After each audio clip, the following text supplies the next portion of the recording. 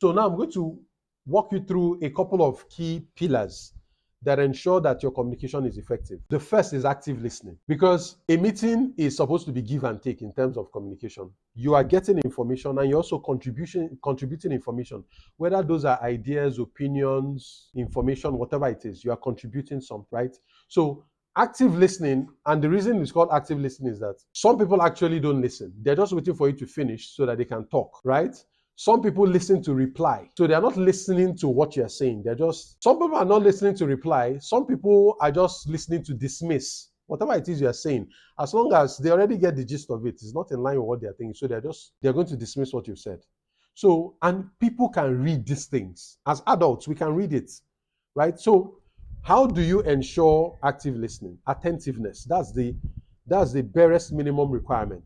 You need to be attentive. You need to be paying attention to what the person is saying. Another thing is that you don't interrupt. You let the person finish before you speak. Speaking over people can discourage, particularly if those are quiet participants.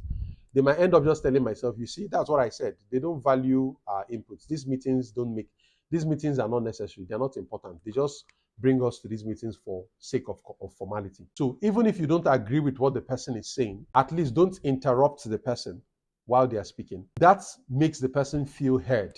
Even if you eventually do not accept their opinion, right? They will feel heard because you listened to what they had to say and then you countered it. Then you need to avoid dismissive behaviors. So for example, somebody is standing up to contribute in a meeting and then you're like, who knows what this one wants to say? Or don't worry, there's no dismissing what people have to say, particularly when that person is a relevant participant in that meeting, is going to take away from the value that you get from that meeting and the value that your business gets from that meeting. So a meeting is supposed to be a safe space for anybody who is there to contribute. It doesn't matter how stupid their contributions are. They, at the minimum, need to feel heard. That's a very important part. Then another aspect of effective communications is you have to use framing questions. So instead of jumping to conclusions, being very clear about what the person is saying. So for example, clarifying questions. Somebody has just made a contribution and then you respond with, if I heard you correctly, do you mean that? And that's because some people in that meeting may be making assumptions about what somebody has said because what they said is not very clear, or maybe it was a bit technical. Maybe they used technical language or they didn't quite explain what they meant to say. It's your job as a facilitator to say, if I heard you correctly, did you mean that? And then the person will be like, yes, that's exactly what I meant. Or the person will be like, no, that's not what I meant. And then you'll not be, okay, can you please further explain for the benefit of other people who are here?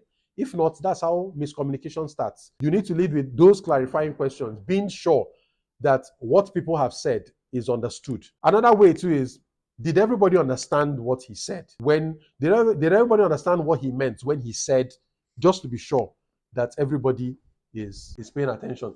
If you're interested in learning more about the topics I offer when it comes to starting, building, and growing a business, this is your opportunity to join my community. It's known as the BMG. I provide extensive courses on different topics and challenges that afflict business owners, from how to optimize your profits, how to manage costs, how to boost your sales, how to develop processes, how to scale your business. There's a whole lot that I can teach you. If you want to go deeper into my content, this is your chance. Go to the link on your screen right now, jointhebmg.com.